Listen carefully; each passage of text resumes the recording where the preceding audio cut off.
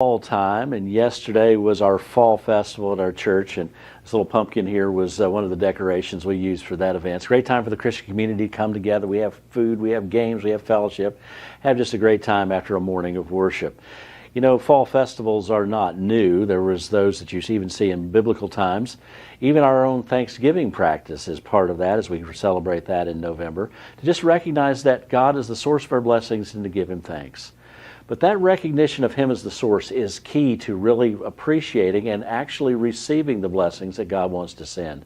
We'll look at a couple of verses in the Old Testament to highlight that. If you'll stick around with me, we'll see that in just a moment.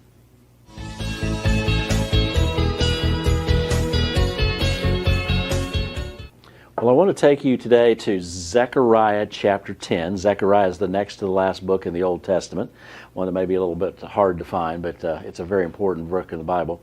All the books of the Bible are important. Let me read verses 1, 2, chapter 10, Zechariah. Ask the Lord for rain.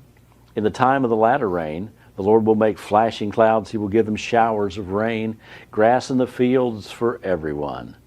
For the idols speak delusion, the diviners envision lies, and tell false dreams. They comfort in vain. Therefore the people wend their way like sheep. They are in trouble because there is no shepherd. Well, let's talk a little bit about this, see if we can just understand this. First of all, the time of the rain and the latter rain, he says we're to ask for. In their agricultural society, they knew that all the blessing came through the growth of vegetation. Their grains, their crops, their fruits, and the animals had to feed on that as well as the people.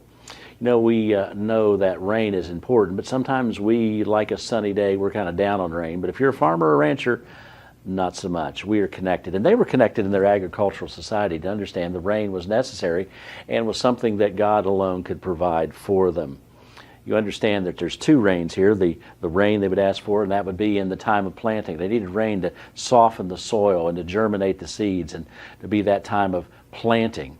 The latter rain was just before the harvest. It needed to be rains that came later so that all that growth could take place and there could be fruit bearing on all the grain and all the vegetables and all the trees and all those sorts of things that they were growing. So he says, you'd ask God for the rain and the latter rain because you need all of that. But he contrasts that in verse 2 with, he talks about idols there and so forth. And if you study that verse carefully, you understand that there's always somebody out there that says they have a better way to provide blessing.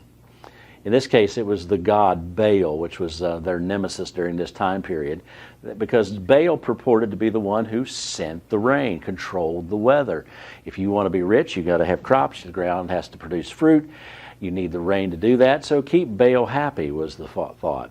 Now, it's a little more subtle in our day, but there's still those voices that call us to say, this is the path to blessing. Notice the three things that are false. His idols speak delusions.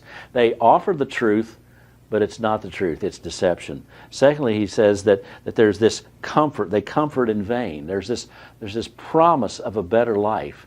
Things are going to be better if you go this way, if you follow this pursuit, leaving God completely out of the equation. Later it talks about that they are like sheep that are in trouble because they don't have a shepherd. There are many experts, many philosophies that say, follow this path and you will find success. In essence, success has become one of the idols of our day. If we can be economically satisfied and successful, then we have arrived. You understand that is not the measure of success. That does not bring lasting satisfaction and certainly doesn't bond our hearts to God. So go back to chapter 10, verse 1, where we see this. He says, ask the Lord for rain in the time of the latter rain. The Lord will make flashing clouds, give them showers of rain. He says there's going to be grass in the field for everyone. Two things. First of all, you ask the right person. You want blessing in your life? You ask the right person, and that person alone is God. You see, Baal, he was purported to be the one who could send the rain, but he really could not. He could not send the rain that they needed. But if they asked the right person, if they asked God, He could send the early rain and the latter rain and bring true and lasting blessing into their lives. Also, notice this. He says, ask the right person. Yes, He's the right person, but we need to ask. And God simply invites us. You want blessing in your life? True blessing, not as the world measures it, but as our hearts connect to God and we understand true blessing is spiritual progress in our life and knowing that we have an eternity with Him. So you ask the right person. You ask Him. Have you asked for His blessing today? He's eager to bless you. And it's not just sort of vending machine blessings that drop down. He wants to have our hearts connected, that we really are trusting in Him and Him alone for blessing our lives. So ask the right person, ask the right person, and God can drop showers of blessings into your life. May God bless you as you contemplate that, meditate on that. As we ask Him for the early and the latter rain, He wants to bring it into our lives.